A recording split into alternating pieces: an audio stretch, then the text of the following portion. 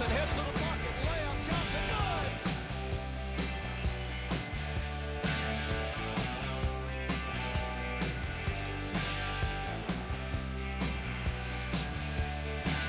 All right, welcome everybody as we're talking sports with me, Chris Powers, Jonathan in the house, Marty's in the house. We got somewhat of a breaking news by the time you see this. It'll already be out on probably all of the things. We're going to talk about it later on. But Southern University has made some changes as offense goes. Terrence Graves just announced that to the media just a few moments ago. He also told me, we had a sit down with me, and he told me that championship quarterback and also coach Fred McNair will take over play call duties for Southern University. That is announced just today. It has been talked. Frederick will remain as co-offensive coordinator with the team. And like I said, you don't know everything. I was just saying this off air, and I just told this to Graves, too, just a few moments ago. The average fan and media people don't know what goes on in game rooms. They don't know in film room, rather, game film rooms. They don't know what goes on, what happened, what this is missing, and what's that missing, and what have you. So starting this week with Fresno State, and when the real season starts in 2 weeks against Jackson State, Fred McNair will be the play caller now for Southern University. That is just announced today. Again, we'll talk more about that coming up in segment 3. We began with LSU, the game with Louisiana Tech, and the upcoming game with Florida State. I think LSU lackluster. So when I saw the score, because I was doing Southern's game, and I saw the score, I was disappointed. I said, here we go again, another Nickel State. But when I watched the game actually on Sunday, I watched the replay on Sunday, I didn't feel as bad as I did with watching the score. And I'll tell you, now it's not great, it's not roses, I know, but it's still not as bad as people made it out to be, or what Coach Kelly made it out to be at the end of the game, and he said that in the press conference yesterday. I watched it back, and I think Louisiana Tech and played good. The problem I've got with LSU right now, their wide receivers, Jonathan, you and I bragged on it. They run a 4-4 in the 40, every one of them, and down. Some 4-2, some 4-3. But they're not getting separation from the DBs. You could easily see that with Louisiana Tech. They're not getting separation at all. Nussmeier, I wanted to call him Joe Burrow just a moment ago. Nussmeier is throwing the ball in tight coverage. The only times he's not in tight coverage is those bubble screens or little small skinny posts or slants. And something's got to change there. They've got to be able to do something. And that's why somebody asked him yesterday about throwing the deep ball. They haven't been throwing the deep ball and getting successful on that. Obviously, Nussmeier tried to throw the deep ball, and he way underthrew it. It wasn't even close. And he had Brown right there on the sideline for the touchdown. It would have been a touchdown, but he underthrew it by about 7 yards. It wasn't even close. And he just threw it too late. Don't know what the problem is, but they got to get this fixed. And also another thing people don't understand too, your play calling changes on third down and long and when you're pinned inside the 10-yard line. And Louisiana Tech pinned LSU 4 straight times with their punter inside the 10-yard line. That changes the outlook. That's what everybody was going nuts in the national championship game against Clemson when LSU was pinned deep and they didn't get a touchdown there until their third drive, and everybody was freaking out. I had people texting me and calling me, LSU don't look the same, Clemson's going to win this game. I said, guys, they're pinned deep into their own territory. Play calling changes when that happens because you don't want to throw an easy pick six or a fumble or another interception where they're easy to where they're in field goal range already. So that changes that dynamic.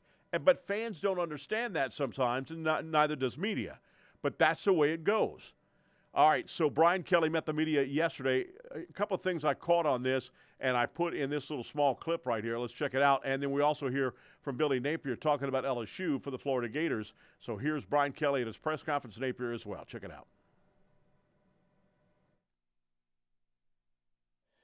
Today, I feel a lot better. We won the game. We dominated them statistically within that game. Our defense, up until, late in the game where we made some substitutions, was poised for a shutout.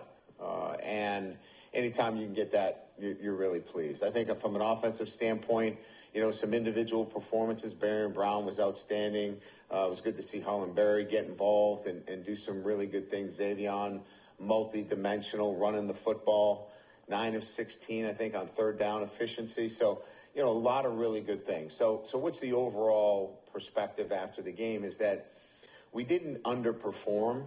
If we underperformed, we probably put that game in reach for La Tech and maybe lose the game. And I'll start with, we're in Tiger Stadium. And so we need to be Death Valley. We need to live up to our resume as the most difficult place to play in the country because it's SEC time. So you had your warm-up tailgates. You got your recipes down. You got how much you need for drinking. Now, let's go get it. Let's make Tiger Stadium what it has been built on, and that is an incredibly difficult place to play. And so that's my first shout out to our fan base. We need you this weekend. And then we'll provide the standard of in terms of how we need to play. It's a really good football team we're playing in Florida, and we know that. It starts with their quarterback. DJ is really arm talent off the charts. He can throw the football. He's a guy that when you look at quarterbacks in this league, he has elite talent. But he's got guys around him. Jaden Baugh is really difficult to defend. He's physical. He's got great instincts. He's got toughness. He's 230 pounds. And now you complement him with the freshman Vernell Brown, who is an electric receiver and probably one of the more consistent guys on their team is, Eugene Wilson at the slot. I mean, they have a nice balance of running the football and certainly the quarterback position and some skill guys on the offensive side of the ball. So I love the center Slaughter. Barber's a great tackle. So they get some really good football players. From a defensive standpoint, Coach Roberts does a really good job with simulated pressures, 3 down, 4 down, giving you looks, mixing things up to make it really difficult. And from a defensive perspective, we saw the 3-3-5 and, had some difficulties with that recognition. It'll certainly be similar in terms of what they try to do and make things difficult and keep the ball in front of them. They do a great job of not giving up big plays and keeping the points down. Really solid in special teams. Smack's got a huge leg. And then, of course, as I mentioned, Brown, he's averaging 21 yards per punt return. So this is a talented football team. And, look, I can't predict, what happened with them versus this week. They were the better team. They didn't play to their standard. So they're going to play to their standard this week, and we know that. Playing Florida is always a big game on everybody's schedule. We'll just need to worry about ourselves and play to our standard. MRIs, were positive. We didn't get the true sense that we have a high ankle sprain with Braylon. There was nothing that gave us that sense that when we looked at the MRI that, hey, this is a tightrope procedure and he's going to be out for, 4 weeks. He's going to be day to day. We'll get him out there tomorrow. We'll see how he feels. He felt better today. So I think we're going to list him as questionable, and that could change to probable as we go through the week. We'll see how he progresses. Tradez has a sprain. The good news is it's a sprained MCL. And so, as you know, those are injuries that you can come back from and rather quickly. We'll see where he is. We'll list him as questionable and work our way through the week and see where he is at the end of the week. LSU has a really good football team and a veteran quarterback, really unique skill on offense, dynamic returners, and a defense that's been retooled through the portal. Some younger players that are a year older, and obviously on tape here, just 2 games in, you can see there's a ton of talent there. So Coach Kelly has put together a good football team. We know that going on the road in this league is challenging, and it's one that, I think our players get excited about going to play in these types of venues. There's something about being a competitor and going into somebody else's house and it being you versus them. And I think we're building momentum towards that. We're excited about the challenge of playing this team. So. All right, welcome back, everybody. So that's both coaches talking, what have you. Let me get on LSU, and I'll get on Florida here in just a moment. I like Xavier Thomas in the backfield, wide receiver, and also returner. But I'll tell you this, and Jonathan, I'm going to ask you this question here in just a moment. I think he's getting too much touches. You're asking for trouble. That is one of the most talented guys on your football team, and you keep putting him in all three of those phases, and watch and see how if he don't get banged up very soon. That's a lot. From running back, wide receivers catching the ball, and he's returning, which he's the best at returning. We love him at returning. He's the one that can break it, the punt or the kickoff. So I like him there. I like him at wide receiver, and I do like him at running back. But at the same time, how many touches is he getting in the ballgame? I'm going to have to look at that next week. I'm going to break it down. How many touches he's getting per game? To me, I think it's too much. Again, as a productive point, yeah, you love that. But again, as far as wear and tear and injury prone, you better be careful on that because you don't want him out. Aaron Anderson, he's grown so much. I love him to death. What I mean by that, he is a possession receiver and he can be a deep threat. Either one, that's what I love about him. And one of the ones that I like, Jonathan, about Aaron Anderson is when it was third down and a little bit, and he reaches out. He knows where the sticks are and reaches out to get the first down. That guy's just unbelievable. So the first question I'll ask you, first of all, about Xavier Thomas, do you think he's getting too many touches? I mean, I like it, but at the same time, better be worried about that with injury-wise. Yeah, I completely agree with you, Chris. And you want that guy to be, suited out each and every Saturday for LSU. He's so dynamic offensively in special teams. I think in the Clemson game, LSU needed him to carry the ball out the backfield. They needed that part of their offense to kind of get picked up, and I thought he provided a nice jolt. Very dynamic with the balls in his hands. He's a very good open field runner. That's why he's such a good returner. He has great vision of the field. I do not mind at all the number of touches that he's getting per game. Caden Durham, on the other hand, you got to have a spell for Caden Durham. And right now, Harlan Barry, we saw him have a great game. He was the leading rusher for LSU this past weekend, but he's a true freshman. He's still working his way into figuring out, what they're going to do with him this year. Are they going to redshirt him? Are they going to limit his touches? So Caleb Jackson still trying to come around, a big body back. I thought he'd have a bigger year or a bigger role so far, but stringing him along very slowly. So Xavier Thomas does great as wide receiver. I let him carry the football. So I completely agree. You want that guy to be healthy at the end of the year, so to limit his touches, trying to keep him healthy. But so dynamic with the ball in his hands that I don't mind him getting the touches at all. Everything you said about Aaron Anderson is correct. So dynamic. We haven't even really seen him have to play returner yet since we have so much other talent for LSU. But a play that really stands out to me from this past weekend, Harlan Barry broke off his long, I think it was like a 42 yards. Mm-hmm. And you see Aaron Anderson running full speed after Harlan Barry got to the second level just to get a block on the safety. This guy has played a lot of football, started at Alabama, came to LSU, has grown into one of the best receivers, if not the go-to guy for Garrett Nussmeier. And for him to give that effort for a true freshman on his carry just shows you the type of the leader Aaron Anderson really is, how much it means to him, the emotion, the effort. For him to block downfield with all he has for that freshman really showed a lot to me. I loved it. Yeah, and Harlan Barry, very good runs.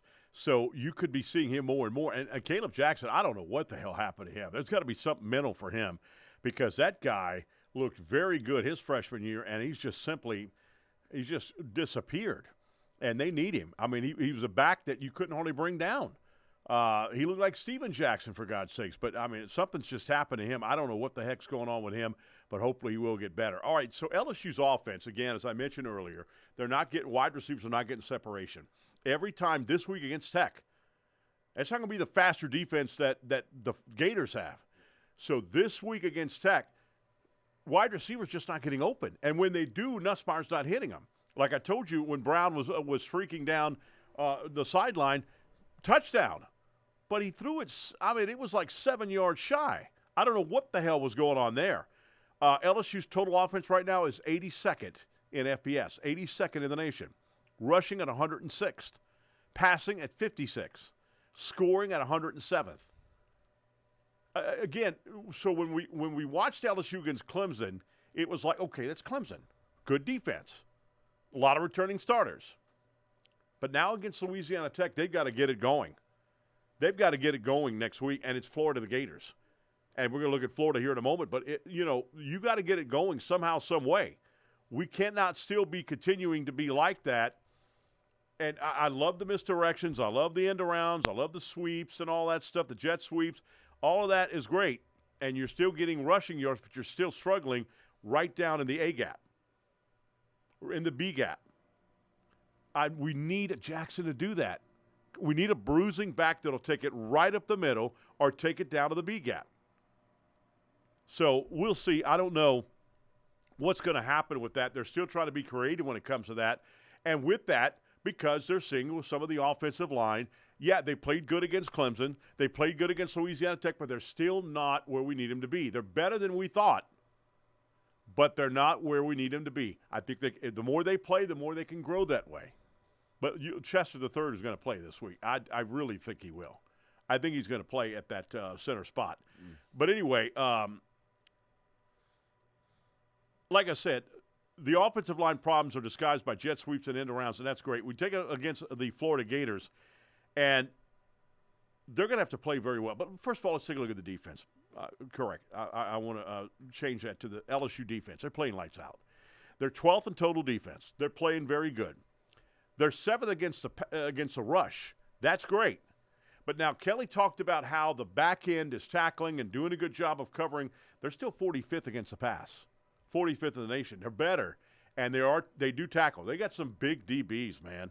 They got some really big DBs. They're 13th in scoring defense. So that's something that we got to continue to get better on, no question about that. And also, here's this, one turnover. They create one turnover. LSU has a turnover. They have a turnover. LSU has one turnover or two. They have two. They have two. So they have three. Interception and 2 fumbles against Clemson. They're -1 in the turnover ratio. They're -1 in the turnover ratio. Need to get better on that as well. That's something we need. The defense needs to create turnovers. Also, this kind of scares me a little bit. Ramos has got a better leg this year. Coach Kelly talked about that last week at his press conference, that he's got a little bit more zip on his ball when he kicks it. That's great.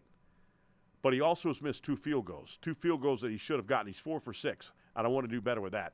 I think as far as injury rise, I think Moore has a better shot of coming back than Green. Green has an MCL sprain. That'll take a little bit for his leverage. I don't look for him to be back this week. Probably not Southeastern week, maybe Ole Miss week, I bet. Moore, I don't know. He could come back this week. I don't know. It's going to be interesting to see. But your thoughts on the defense, Jonathan? Like I said, I think defense is playing great. They're playing way better than last year. Still some things they need to work on again as far as going with that. But I think, look, defense is carrying this football team right now. Yeah, and I think we kind of both agree that would be the case for the beginning couple of games of this season. The defensive front for LSU, those front 7 guys have really been playing well as a unit. I don't know if it's because it's Blake Becker's second year or the transfers you brought in and Pyburn and Patrick Payton. They're really contributing well. It's a mix of all that combined, Chris, but able to get to the quarterback rushing forward, which is something LSU's been wanting to get back to for a long time now. But Blake Becker also dials up a lot of exotic blitzes. Comes from the cornerback, comes from the safety, comes from the linebacker, and really takes defensive linemen that are unselfish to pull that off. Have your gap integrity, pull out your man, allow the rush to go inside. They've really done a good job. And I have to give credit to Coach Brian Kelly. In his 4th year, you can just tell in his press conferences, it's a much more comfortable guy. He's joking with the reporters before, during, and after, getting laughs too. It's not like awkward conversations of coaches trying to be funny. This guy is comfortable in his own skin. I think he brought in the right type of guys. He knows exactly what he wants to recruit in the portal and out of high school. Great foundation with the veteran quarterback, but I really got to give him credit. He has the right type of person inside the building. The silly penalties have been cut way down. The communication is way up. The sure tackling in the back end, just like Coach Brian Kelly said, is something you haven't seen at LSU in a long time. Trying to get back to that DBU moniker.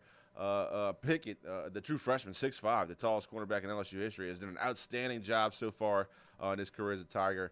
But yeah, the leadership's outstanding. Defensively, we thought that they'd have to carry this team. I agree that the offense has to score more points. Fortunately, we knew this wide receiver room was going to be loaded before the season ever started. So did every coordinator at LSU is going to play in the SEC. These defenses are playing a shell, playing Tampa 2, really not giving up the big play. And I give credit to Louisiana Tech coach Sonny Cumbie. That team came ready to play. And the two Fields kids were outstanding. Both had double-digit tackles. Tackles for loss. They pressured Nussmeier pretty much the whole game. And look, defensive-wise, before that last drive, or second to last drive, where La Tech put up some points, they were pitching a shutout. So yeah, it was only 23-0, but still, anytime you can have a shutout in D1 college football is a good thing. It needs to pick up explosive plays, especially. We thought with all the speed that wide receivers had, because Nussmeier was just going to pick them apart and air it out all game. But unfortunately, Nussmeier is making the right decision, not putting the ball in harm's way. You saw he did underthrow Barry Brown pretty bad. Which a lot of guys in this league are going to do. Barry Brown absolutely flies. You have to get the ball out of your hand. It has to come out right. And unfortunately, it was early in the game, right after Braylon Moore got hurt. Talk about a horrible way to start a football game, a game that's not a Power 4 team. La Tech, in-state school. But Braylon Moore goes down first play of the game. Luckily for LSU, they have DJ Chester, who played a lot of football last year. I think he'll most likely get the start this weekend against Florida. Would love Braylon Moore to play. He's done a great job for LSU, especially in that opening week against Clemson, getting everybody in the right checks. Guys play a lot of football, but DJ Chester, a very valuable fill-in if Braylon Moore can't play. Trey'Daz Green is a huge loss. Hopefully he bounces back quick. I agree. I don't expect to see him against Florida, probably not against Southeastern. Maybe work him into some type of decoy role.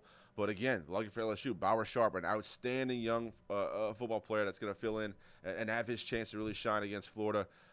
Buckle them up tight this Saturday because Billy Napier and those Gators enjoyed beating LSU last year. The Tigers have a little chip on their shoulder, trying to go 3-0, trying to stay undefeated in the month of September. So going to be a good one, Chris. I'm looking forward to this weekend. No question. And you talk about DJ Pickett. That's going to be, this guy's a freshman. He's 6'5". You know how many cornerbacks that are 6'5" that make it in the NFL, much less college level, or college levels, much less NFL? Not many, because they're like giraffe legs. When they do in their back deal, they're like baby giraffes. But with this guy, he's doing as great as he's doing early on, this guy's going to be a high draft pick, a massive high draft pick. You want a 6'5" cornerback?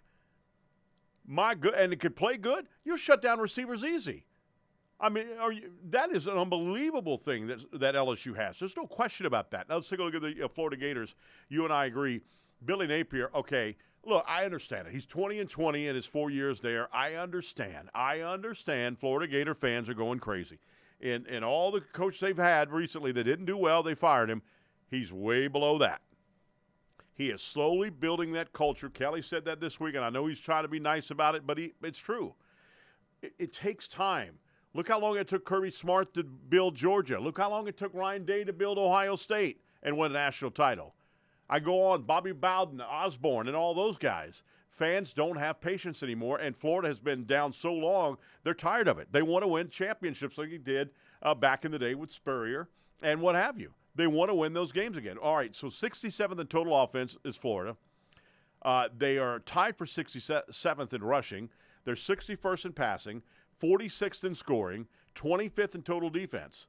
Tied for 27th against the rush, 37th against the pass. So they're not bad against the rush for sure. So LSU's going to have to be creative again this week. They're tied for 19th in scoring defense. Now, DJ Lagway, which looked very good as a freshman, is having a sophomore slump a little bit. He's thrown 4 touchdowns, 1 interception. He's thrown 70% of his passes complete and for 342 yards in 2 ball games. He's not throwing the ball down the field, and he's not using his legs as much as everyone thought he would in the second year. So with that, they're going to have to contain him. He's a big reason they won last year at Florida. They're going to have to contain him, and I think they will. We'll have the pick coming up a little later on, but I think LSU at Tiger Stadium is going to really look good.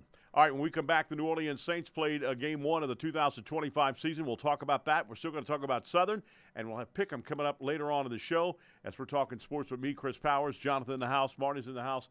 Back after this time out right here on Pelican Sports TV.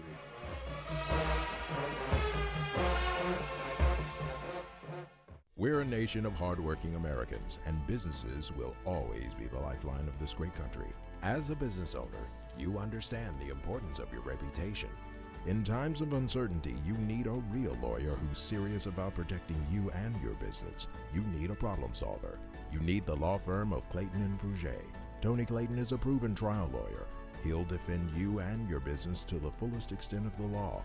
Protect your investment and call the law firm of Clayton and Fouger today. For a lot of people, going to the dentist brings anxiety. It can feel cold, rushed, even intimidating. We get it. That's why we built something different. We take the time, we listen, we know your name and your story because you're more than just a patient, you're family.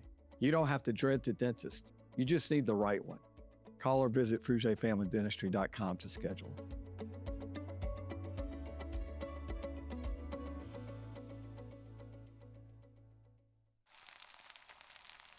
You can't smell it, but you can almost taste it. And whether it's for a family get-together or a game day feast, having Manda in the mix always sounds good. For 3 generations, their quality meats and original seasonings have made Manda a Louisiana legend and made their family sausage Louisiana's family sausage. Manda Fine Meats, the flavor says it all. If you're a wing lover like me, you already know where the best and biggest wings in Baton Rouge are. TJ Ribs on Acadia and I-10. But did you know they also provide some of the best catering in town? Yeah.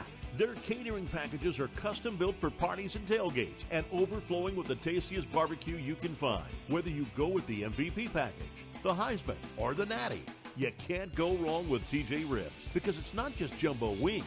They serve up truly tender beef brisket, perfectly roasted pulled pork, and smoky fall-off-the-bone baby back ribs. Don't forget the savory sausage and chopped beef. Come on down to TJ Ribs on Acadian and I-10, proud sponsors of the LSU Tigers and the Southern University Jaguars.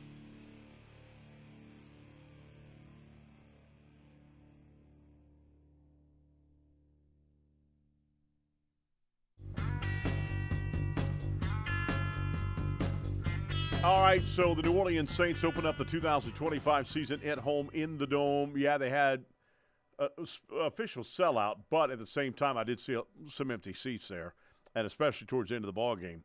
But first of all, let me tell you, way too many penalties. They had 8 in the first half, finished with 13 total in the game. I was shocked it was only 89 yards. You know why they finished with only 89 yards? I stopped counting at 5 pre-snap penalties with the offensive line. 5.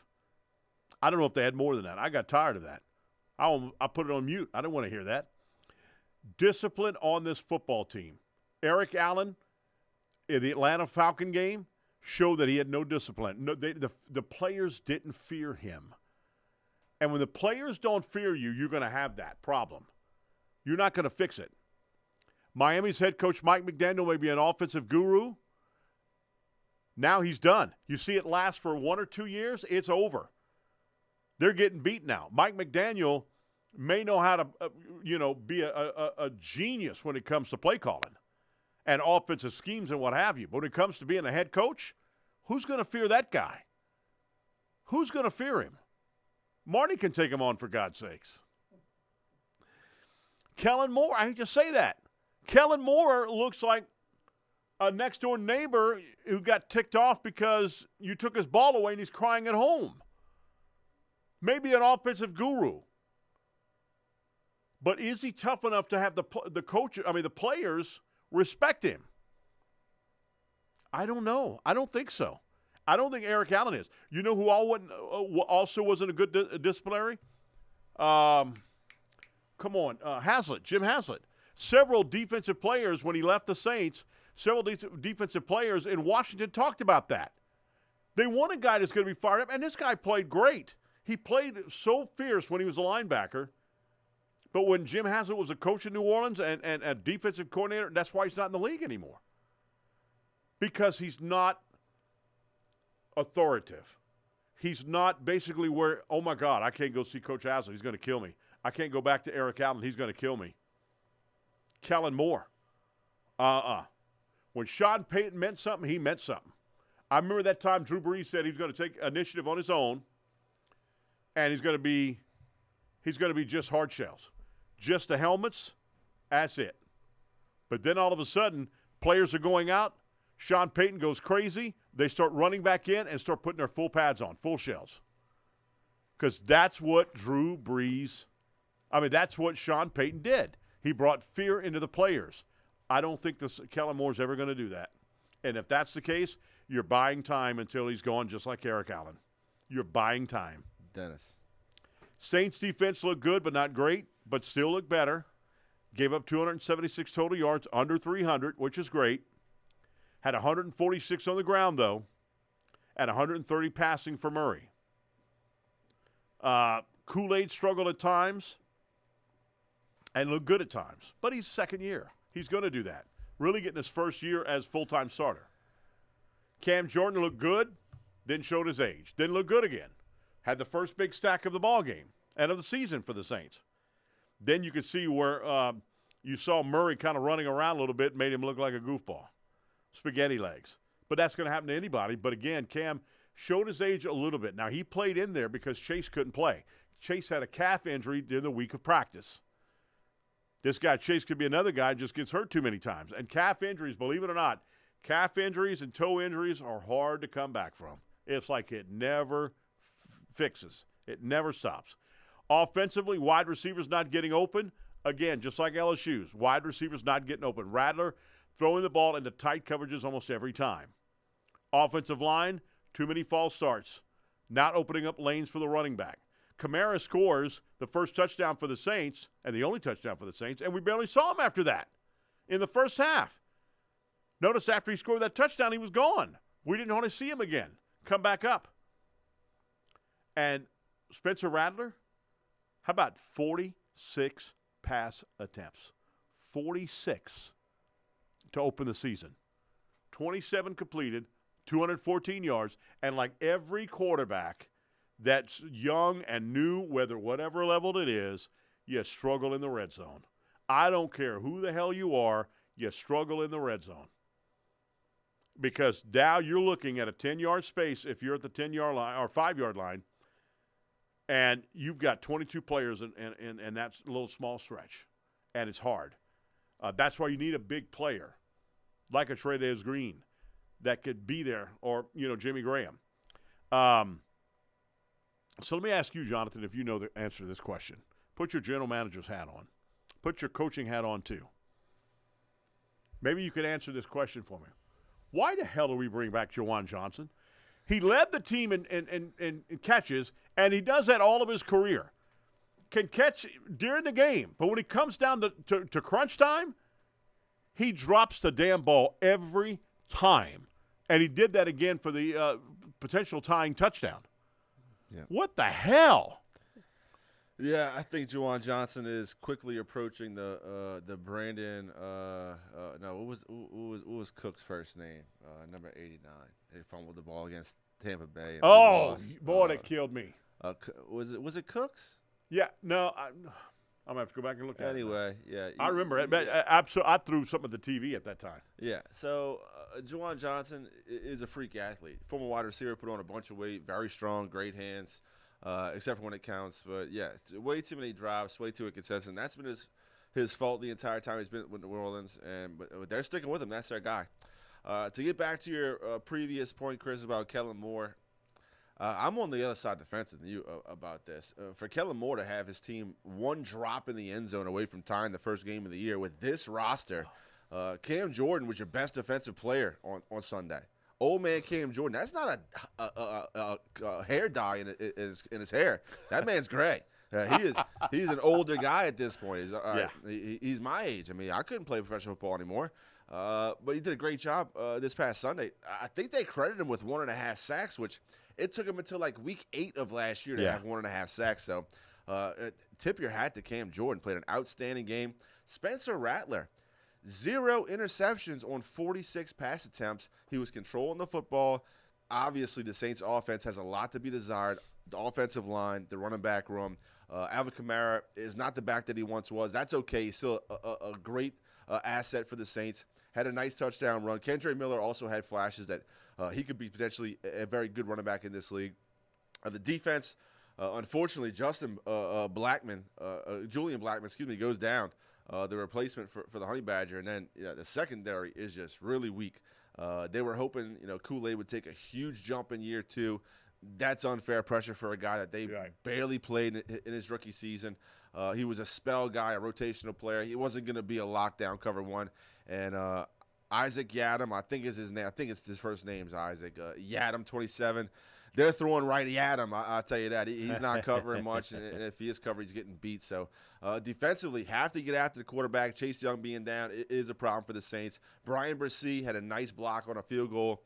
That guy has a lot of talent. He's going to have a big year for the Saints. But Kellen Moore, I thought he did a great job. With this roster, getting just one play within look, in Arizona, that was more in Arizona, I believe, letting the Saints back into that game. Kyler Murray did not look very good. I thought Marvin Harrison Jr. finally became the receiver that everybody expected him to be last year.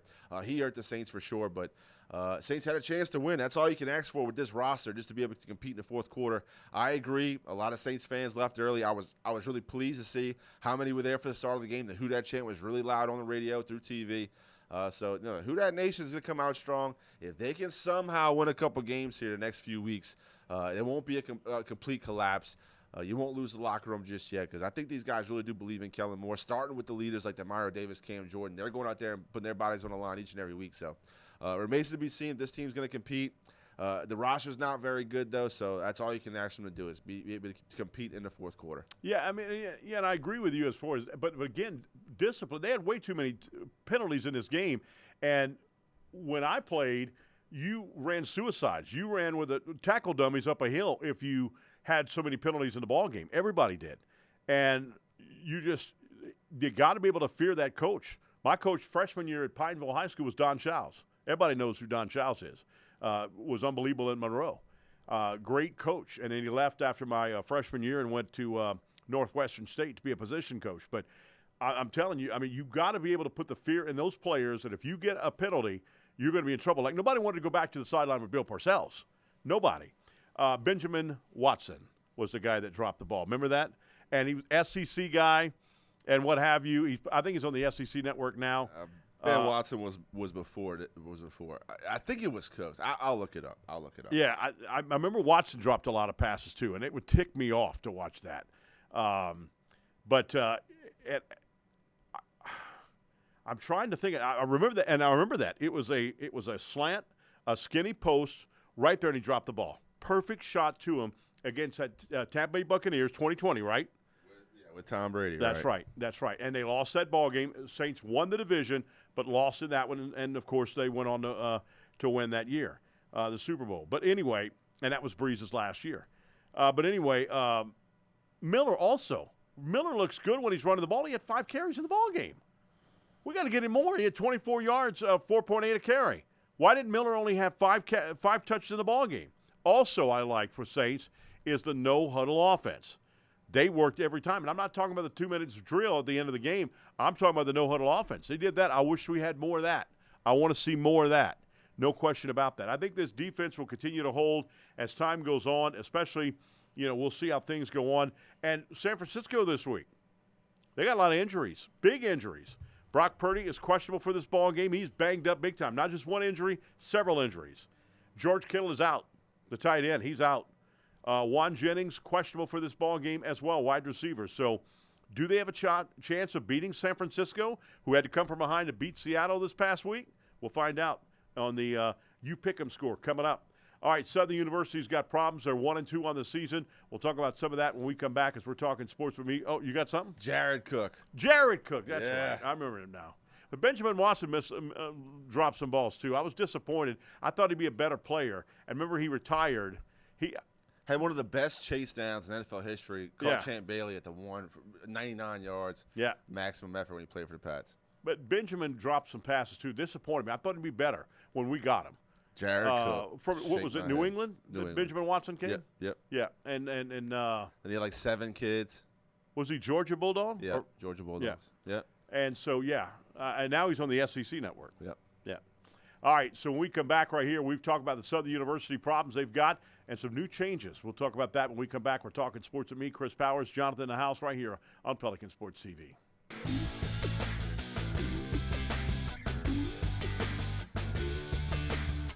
If you're a wing lover like me, you already know where the best and biggest wings in Baton Rouge are. TJ Ribs on Acadian and I-10. But did you know they also provide some of the best catering in town? Yeah. Their catering packages are custom built for parties and tailgates and overflowing with the tastiest barbecue you can find. Whether you go with the MVP package, the Heisman, or the Natty, you can't go wrong with TJ Ribs because it's not just jumbo wings. They serve up truly tender beef brisket, perfectly roasted pulled pork, and smoky fall-off-the-bone baby back ribs. Don't forget the savory sausage and chopped beef. Come on down to TJ Ribs on Acadian and I-10, proud sponsors of the LSU Tigers and the Southern University Jaguars.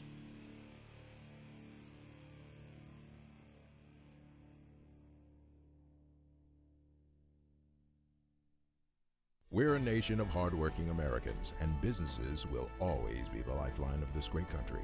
As a business owner, you understand the importance of your reputation. In times of uncertainty, you need a real lawyer who's serious about protecting you and your business. You need a problem solver.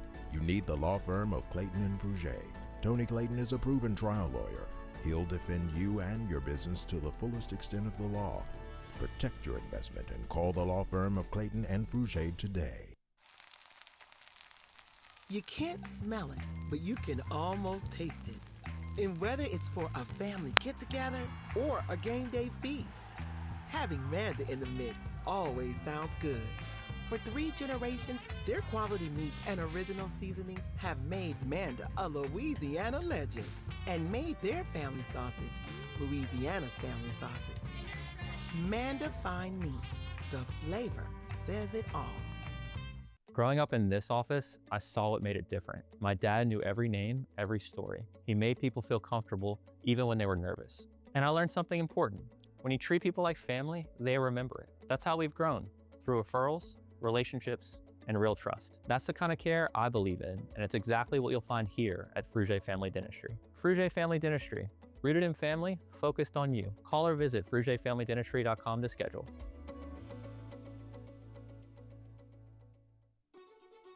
Live and play on the fairway at Greystone Golf and Country Club, a serene, challenging golf destination located in Denham Springs. For tee times and membership opportunities, go to GreystoneCountryClub.com. All right, welcome back, everybody, as we're talking about Southern University lost 30-7 to Alabama State. And Southern had as much talent or more talent than Alabama State. McCoy had 4 turnovers. That's a quarterback. Had 4 turnovers on his own. Cameron McCoy. 4 turnovers on his own. And one of the weirdest things I've ever seen was that Holly probably missed a play. It was supposed to be a handoff right up the middle. Holly doesn't do this, just runs right up the middle like he's faking it. And McCoy has the football. And McCoy was chasing Holly down to give him to the ball, instead of you taking the ball yourself and running. But on that play, it was supposed to be a passing play. McCoy was wrong. Holly was right. And, so now we change coordinators. As I mentioned at the top of the hour, we change coordinators now. Well, Frederick is still co-offensive coordinator. Now Fred McNair, who was a championship quarterback at Alcorn, championship coach at Alcorn State. And he did. He won championships at Alcorn. Since he's left, they haven't been the same. He will take over play calling duties now at Southern University, starting this week against Fresno State. So people just automatically assuming that Franklin that don't know, or Fredericks don't know what the offense scheme is too vanilla. Well, you're not in the playroom. You don't know what the quarterback is reading, what this is going on and what that's going on. So let's look at it. Since 2022, Southern has had 7 quarterbacks that have started. 7 since 2022. Folks, that was 3 seasons ago. And 7, Bashawn McCray, 13 games he started in 2022. That was the first year for Eric Dooley. Gone. He got out. He transferred out. Didn't get picked up by anybody. Harold Blood, 12 games in 23. The second year and last year for Dooley. 12 games in 23, went to Missouri. Noah Bowden, 7 games in 24. Now he's playing for Edward Waters, and Dooley's there as offensive coordinator. Edward Waters, by the way. Xavier Sept, 5 games in 24. Now he's at Grambling as the starting quarterback. Played against Ohio State this week. Jalen Woods, 2 games last year. The last 2 regular season games, got a concussion. His second concussion at Southern last year. This year he received his 3rd concussion. So now he's in a different concussion protocol. Cameron McCoy starts 2 games this year so far, and looks like it will be a number 3.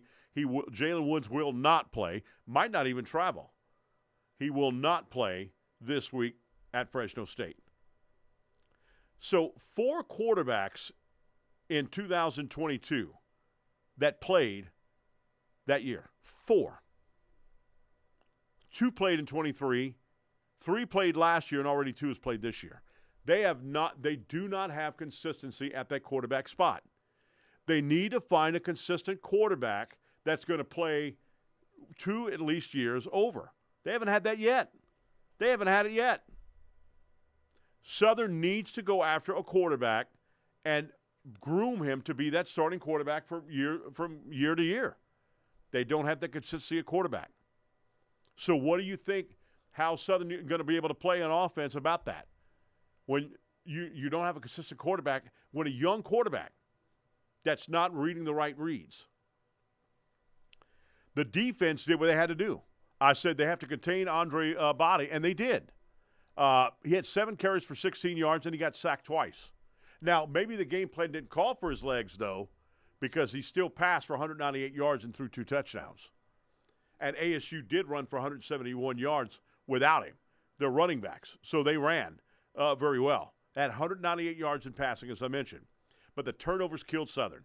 Out of 3 turnovers of the 4, they started on the Southern 50 side of the football, Southern side of the 50-yard line.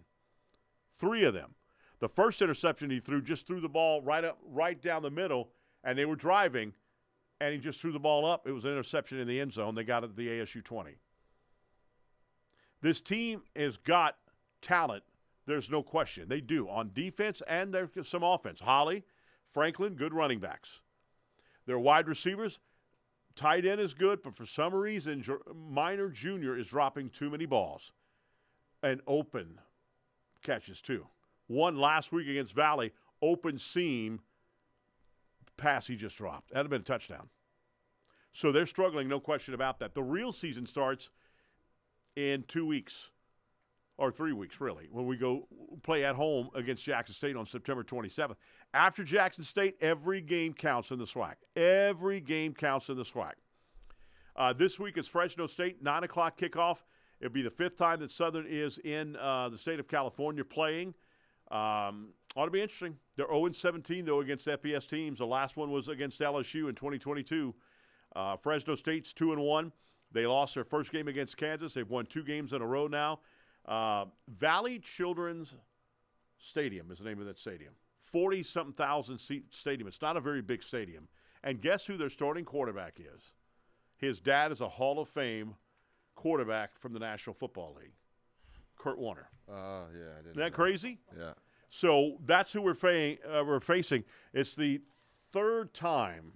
Well, I mean, Fresno's not really the Bay Area. It's 3 hours away from San Francisco, Oakland. But they played in San Francisco once, Oakland once, Los Angeles twice, and this will be number 5. They're going to go to Santa Clara, which is where the Super Bowl is going to be this year, and play. But the game was canceled at that point. So, again, right now, I think Jonathan Southern has the players on this football team.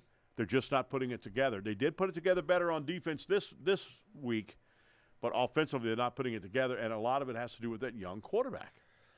Yeah, and Chris, life comes at you fast, and we've been doing the Roman Banks show for now 4 weeks, and we've talked to Coach Fredericks now a couple times, and he was talking all about the quarterback. And unfortunately, week 0, the quarterback misses the bus. Disciplinary action, he doesn't play. You got to play Cameron McCoy, and he does well with his legs, and then your quarterback comes back, gets a concussion against Valley, and now you got to replace the play calling duties, and Fred McNair is now taking over for Coach Fredericks. And unfortunately, these coaches, their livelihood depends on 18, 19, 20-year-old kids, and inconsistency is part of the game, especially at the quarterback spot. Quarterbacks make, over 100 decisions each and every game, and they happen, in the blink of an eye, super quick. So it's imaginable that not everybody's going to be perfect all the time, and there's going to be growing pains. And like you said, without a consistent quarterback, somebody that is going out there each and every weekend, and he's going to be the leader of your team, it's hard to be consistent on offense. The rhythm, the timing, the cadence, everything changes. The confidence isn't there in what you're calling and what you're executing. So, I think a lot about Coach Graves, a lot of talent on his defense. Trey Holly is the real deal. Kelby Givens is the real deal. This team has a lot of playmakers on both sides of the football, and experience in the return game on special teams. That guy's been doing a phenomenal job returning for Southern this season. Unfortunately, it's not going to get much easier for Southern in the next few weeks. Of course, you go to Fresno. That's going to be a tough task, traveling across the country to go play a football game. They come back to J-State, and then it's a SWAC part of the schedule. So not a lot of time to figure things out. Got to get the offense right and do it in a hurry. Got to find a way to move the ball that's not Trey Hiley or Franklin at the running back spot. Like the way that Cameron McCoy uses his legs. God is very athletic if he gets to the outside, but has to take care of the football better. The quarterback cannot give the ball away 4 times and expect to beat a bad football team, much less a good football team. So Fresno's going to be tough for Southern, no doubt about that. Hope everybody stays healthy, and look forward to J-State in a couple weeks. And then it's the real deal, Chris. So, like I said, Coach Graves has to figure it out offensively. I think Coach McNair will bring a lot of expertise to the offensive side of the ball, in play calling especially. So hopefully this is exactly what the Jaguars needs to get the ship on the right track and start winning football games right as SWAC comes around. No question about that. That's when the real season begins for Southern. We'll find out what happens with other sports going on right now. We'll do that when we come back. We're talking sports with me, Chris Powers, Jonathan, Marty in the house right here on Pelican Sports TV.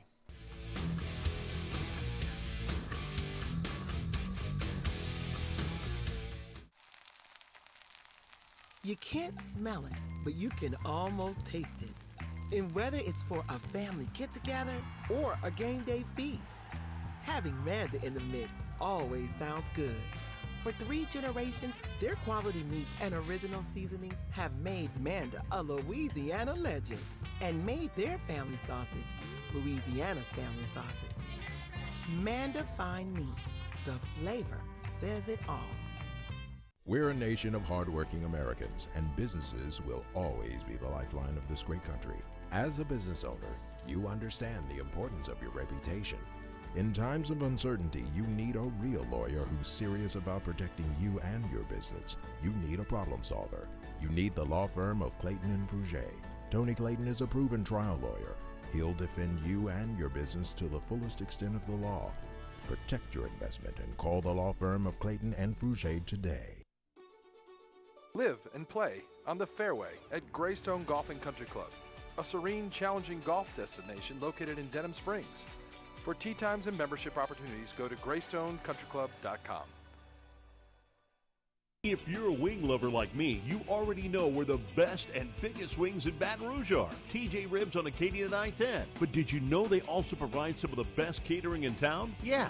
Their catering packages are custom built for parties and tailgates and overflowing with the tastiest barbecue you can find. Whether you go with the MVP package, the Heisman, or the Natty, you can't go wrong with TJ Ribs because it's not just jumbo wings. They serve up truly tender beef brisket, perfectly roasted pulled pork, and smoky fall off the bone baby back ribs. Don't forget the savory sausage and chopped beef. Come on down to TJ Ribs on Acadian and I-10, proud sponsors of the LSU Tigers and the Southern University Jaguars.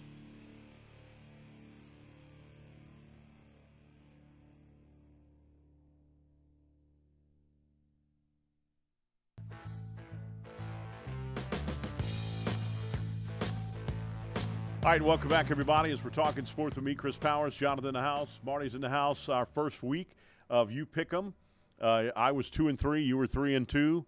This week you were 3-2 again. I was 4-1. The Saints are the only one that got me. The Saints were the only ones that got me. You let the homer in you. And it wouldn't be. That's why Jawan Johnson. Well, I thought it was a winnable game. That was a winnable game. That was that one. Yeah, you're right. And about it might that. be a winnable game this week. But I still think 49ers are a better football team. They're not the same 49ers though. Their window is coming down. But if Purdy don't play, it's going to be another quarterback. And we'll see how that. And Kittle not playing. Tight ends usually lately have been killing us. Oh, those tight ends like a Kittle kill us. All right, so let's find out what you pick them this week. Let's start with Wisconsin at Alabama, a return trip. Alabama went last year to Wisconsin. This year, Wisconsin comes. Alabama's 1-1. Wisconsin 2-0. The Badgers are 2-0. Jonathan, what say you? I got to go with Alabama. Kalen DeBoer has to have his team fired up, ready to play. If this is a fist fight, Alabama has to win it. Of course, Wisconsin, a very talented program, a storied career, history. So, yeah, I'm taking Bama in a very close game, but got to give the Crimson Tide the head. Being at home and having something to prove, not wanting to get your coach fired here week 7 into a $70 million buyout. Thought it was hilarious to ask that woman in Alabama, what would you do if you won the $2 billion Powerball? Well, I'd take that first $70 million. I'd buy Kalen DeBoer out. That was outstanding. Perfect out of Tuscaloosa. Yeah, no question about that. I've got Alabama winning, too. They're hard to beat at home. I don't think Wisconsin's going to beat them at home. They're going to be, and again, they'll be intimidated. I know Nick Saban's not there anymore, but they're going to be intimidated. Alabama's going to win this by 10 or more points. I agree with you 100%. Georgia versus Tennessee. There's a lot of people thinking that Tennessee's going to win this game. I don't. I think Georgia wins it in Knoxville. What say you? Yeah, I have thought that transfer quarterback from UCLA, Aguilar, has played outstanding for Tennessee. Yes. And made the coach look really smart. You know, Nico's been struggling out there at UCLA. They lost a big one this week. So, but with that being said, not so fast, my friend. Tennessee's going to lose to Georgia. Kirby Smart, that talented defense, loaded with 5 stars. Give me the Bulldogs. Right now we're even neck and neck, picking the same ones. Here we go. University South Florida, the Bulls taking on Miami Hurricanes. All right. I'm going to go with Miami at home. I'll go with Miami at home. I think SF can't claim they won another national championship anytime soon, but I think Miami wins this game. Yeah, I'm on board with you, Chris, with this one too. I thought Beck played really good for my Hurricanes at quarterback last couple of weeks. Yeah, South Florida, a big win already this season, but I don't think they have enough to take down the Hurricanes. Miami spent millions of dollars in a transfer portal this past offseason, so very talented school with something to prove. They want to get back to the playoff picture with Mario Cristobal, so give me the Hurricanes. San Francisco at New Orleans, the Superdome, rocking. It's hard to play in the Dome, baby. Does the Saints upset the 49ers? I'd love to see it, but I don't think so. Even with Purdy out, even with Kittle out, I think San Francisco still wins this football game. I don't know if it'll be close or what have you. I'd love to see the Saints win, but I got San Francisco winning. Yeah, I think the 49ers will also win, but for parity purposes, I'll take the Saints at home. I'll take one for you, Chris. I'll be the other side of the coin. Give me the Saints at home. Got to win a game at home before you hit the road for a tough schedule. All right, finally, Florida and LSU, Tiger Stadium. Florida hadn't won at LSU in quite a long time. I'm going to go with the Tigers to win this game. I think that Napier will be 20-21, but it's all said and done in the 31 games that he's coached. Yeah, give me the Tigers. Garrett Nussmeier takes the lid off the offense, starts having some explosive plays in that passing game. Give me the Tigers by 10. All right, so we'll be back again talking sports with me, Chris Powers. Hope you have a great one. Jonathan, thank you as always. Marty, thank you as always. We'll catch you back here right here on Pelican Sports TV. Have a great one, everybody.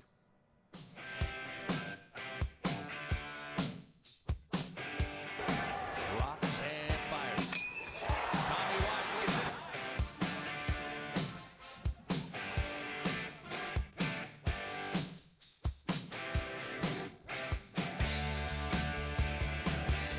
Johnson heads to the ball.